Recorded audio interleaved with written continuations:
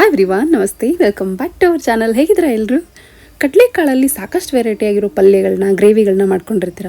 ಒಂದು ಸಾರಿ ಈ ರೀತಿ ನಾನು ತೋರಿಸ್ತಿರೋ ಹಾಗೆ ಮಸಾಲೆ ಗ್ರೇವಿನ ಟ್ರೈ ಮಾಡಿ ನೋಡಿ, ನಿಮಗೆಲ್ಲ ಖಂಡಿತ ಇಷ್ಟ ಆಗುತ್ತೆ. ಹಾಗೆ ಈ ರೆಸಿಪಿ ಮುದ್ದೆಯಿಂದ ಹಿಡಿದು ರೈಸ್, ಚಪಾತಿ, ರೋಟಿ ಎಲ್ಲದಕ್ಕೂ ಒಳ್ಳೆ ಕಾಂಬಿನೇಷನ್ ಆಗಿರುತ್ತೆ.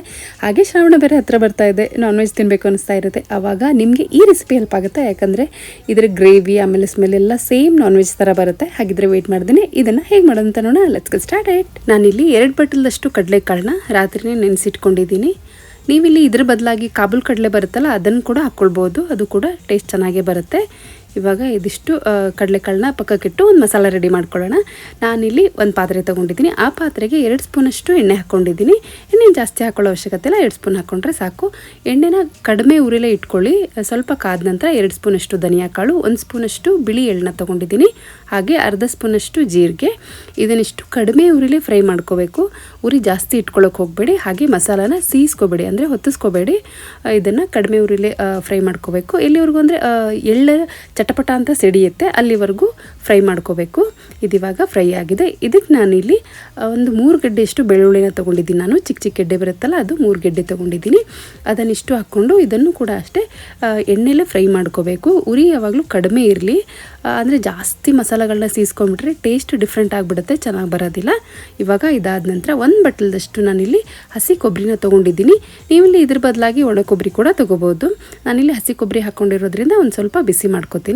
ಇದನ್ನು ಅದೇ ಎಣ್ಣೆನಲ್ಲೇ ಕಡಿಮೆ ಉರಿಲೇ ಫ್ರೈ ಮಾಡ್ಕೋಬೇಕು. ಇವಾಗ ಇದು ಫ್ರೈ ಆಗಿದೆ.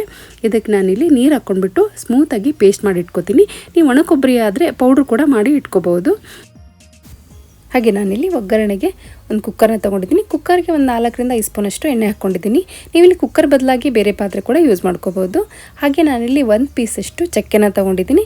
ಇದಕ್ಕೆ ನಾನಿಲ್ಲಿ ಚಕ್ಕೆ ಬಿಟ್ಟರೆ ಬೇರೆ ಯಾವುದೇ ರೀತಿ ಮಸಾಲೆಗಳನ್ನ, ಅಂದರೆ ಗರಂ ಮಸಾಲೆಗಳನ್ನ ಆ್ಯಡ್ ಮಾಡ್ತಿಲ್ಲ. ಚಕ್ಕೆ, ಏಲಕ್ಕಿ ಲವಂಗ ಇಲ್ಲ, ಚಕ್ಕೆ ಅಷ್ಟೇ ಹಾಕ್ಕೊಂಡಿದ್ದೀನಿ. ಅದಾದ ನಂತರ 1 ಈರುಳ್ಳಿನ ಕಟ್ ಮಾಡಿಬಿಟ್ಟು ಇಟ್ಕೊಂಡಿದ್ದೆ, ಅದನ್ನು ಕೂಡ ಹಾಕ್ಕೊಂಡಿದ್ದೀನಿ. ಚಿಕ್ಕದಾಗಿ ಕಟ್ ಮಾಡ್ಕೋಬೇಕು. ಈರುಳ್ಳಿನ ಜಾಸ್ತಿ ಬೇಡ, 1 ಈರುಳ್ಳಿ ಹಾಕ್ಕೊಂಡ್ರೆ ಸಾಕಾಗುತ್ತೆ. ಇದನ್ನು ಈರುಳ್ಳಿನ ಚೆನ್ನಾಗಿ ಎಣ್ಣೆಯಲ್ಲಿ ಫ್ರೈ ಮಾಡ್ಕೋಬೇಕು. ಕುಕ್ಕರಲ್ಲಿ ಆಗಿಬಿಟ್ರೆ ಬೇಗ ಆಗಿಬಿಡುತ್ತೆ ಅನ್ನೋ ಕಾರಣಕ್ಕೆ ನಾನು ಕುಕ್ಕರ್ ತೊಗೊಂಡಿದ್ದೀನಿ. ಯಾಕಂದರೆ ಕಡಲೆಕಾಳಲ್ವ, ನೆನೆಸಿಟ್ಕೊಂಡ್ರೆ ಸ್ವಲ್ಪ ಬೇಗ ಟೈಮ್ ತೊಗೊಳುತ್ತೆ ಅಂತ. ಅದಾದ ನಂತರ ಒಂದು ಸ್ವಲ್ಪ ಉಪ್ಪು ಹಾಕ್ಕೊಂಡು ಮತ್ತೆ ಫ್ರೈ ಮಾಡ್ಕೊತೀನಿ ಈರುಳ್ಳಿನ. ಅದಕ್ಕೆ ಕುಕ್ಕರ್ ಆದರೆ ಬೇಗ ಆಗಿಬಿಡುತ್ತೆ ಅಂತ ಅಷ್ಟೇ. ಇದಾದ ನಂತರ ನಾನಿಲ್ಲಿ ಈರುಳ್ಳಿ ಬೆಂದ ನಂತರ 2 ದೊಡ್ಡ ಸೈಜ್ ಟೊಮೆಟೊ ತೊಗೊಂಡಿದ್ದೀನಿ. ಟೊಮೆಟೊನ ನೀವಿಲ್ಲಿ ಜಾಸ್ತಿನೇ ಹಾಕ್ಕೊಳ್ಳಿ, ಕಡಿಮೆ ಹಾಕ್ಕೊಳ್ಳೋಕೆ ಹೋಗಬೇಡಿ. ಯಾಕಂದರೆ ಇದ್ರ ಬದಲಾಗಿ ನಾನು ಯಾವುದೇ ರೀತಿ ಹುಣಸೆಹಣ್ಣಾಗಲಿ ಅಥವಾ ನಿಂಬೆಹಣ್ಣಿನ ರಸ ಆಗಲಿ ಯಾವುದನ್ನು ಯೂಸ್ ಮಾಡಿಲ್ಲ. ಹಾಗಾಗಿ 2 ಟೊಮೆಟೊ ಹಾಕ್ಕೊಳ್ಳಿ. ಅದಾದ ನಂತರ ಅರ್ಧ ಸ್ಪೂನಷ್ಟು ಅರಿಶಿನ ಪುಡಿ ಹಾಕ್ಕೊಂಡಿದ್ದೀನಿ. ಇದನ್ನು ಕೂಡ ಅಷ್ಟೇ ಹಾಕ್ಕೊಂಡು ಚೆನ್ನಾಗಿ ಮಿಕ್ಸ್ ಮಾಡ್ಕೋಬೇಕು. ಅದಾದ ನಂತರ ನಾನಿಲ್ಲಿ 2 ಸ್ಪೂನಷ್ಟು ಖಾರದ ಪುಡಿ ಹಾಕ್ಕೊಂಡಿದ್ದೀನಿ. ನಿಮಗೆ ನೀವು ಎಷ್ಟು ಬೇಕೋ ನೋಡ್ಕೊಂಡು ನೀವಿಲ್ಲಿ ಖಾರ ಹಾಕ್ಕೊಳ್ಬೋದು. ಹಾಗೆ ಇದನ್ನು ಚೆನ್ನಾಗಿ ಫ್ರೈ ಮಾಡ್ಕೋಬೇಕು.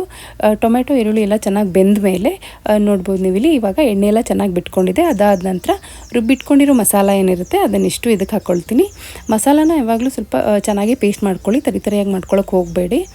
ಇವಾಗ ಅದಷ್ಟು ಚೆನ್ನಾಗಿ ಎಣ್ಣೆನಲ್ಲೇ ಒಂದು ಸಾರಿ ನೀಟಾಗಿ ಮಿಕ್ಸ್ ಮಾಡ್ಕೋಬೇಕು. ಈ ಥರ ನೋಡ್ಬೋದು ನೀವಿಲ್ಲಿ. ಖಾರ ನೋಡ್ಕೊಂಡು ನಿಮ್ಗೆ ಎಷ್ಟು ಬೇಕೋ ಅಷ್ಟು ಹಾಕ್ಕೊಳ್ಳಿ. ಇವಾಗ ಚೆನ್ನಾಗಿ ಮಿಕ್ಸ್ ಆದ ನಂತರ ಒಂದು ಕುದಿ ಬರಬೇಕು. ಒಂದು ಕುದಿ ಬಂದ ಮೇಲೆ ನೆನೆಸಿಟ್ಕೊಂಡಿರೋ ಕಡಲೆಕಾಳು ಏನಿರುತ್ತೆ ಅದನ್ನಿಷ್ಟು ಇದಕ್ಕೆ ಹಾಕ್ಕೊಳ್ತೀನಿ.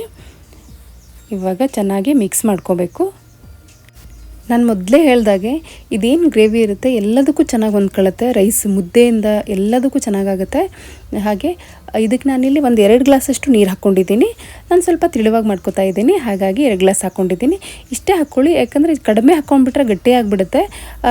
ಆರಿದ ತಕ್ಷಣ, ಅಂದರೆ ಕಂಪ್ಲೀಟಾಗಿ ಗ್ರೇವಿ ತಣ್ಣಗಾದ ತಕ್ಷಣ ಇನ್ನೂ ಗಟ್ಟಿ ಆಗಿಬಿಡುತ್ತೆ. ಹಾಗಾಗಿ 2 ಗ್ಲಾಸ್ ಹಾಕ್ಕೊಂಡಿದ್ದೀನಿ.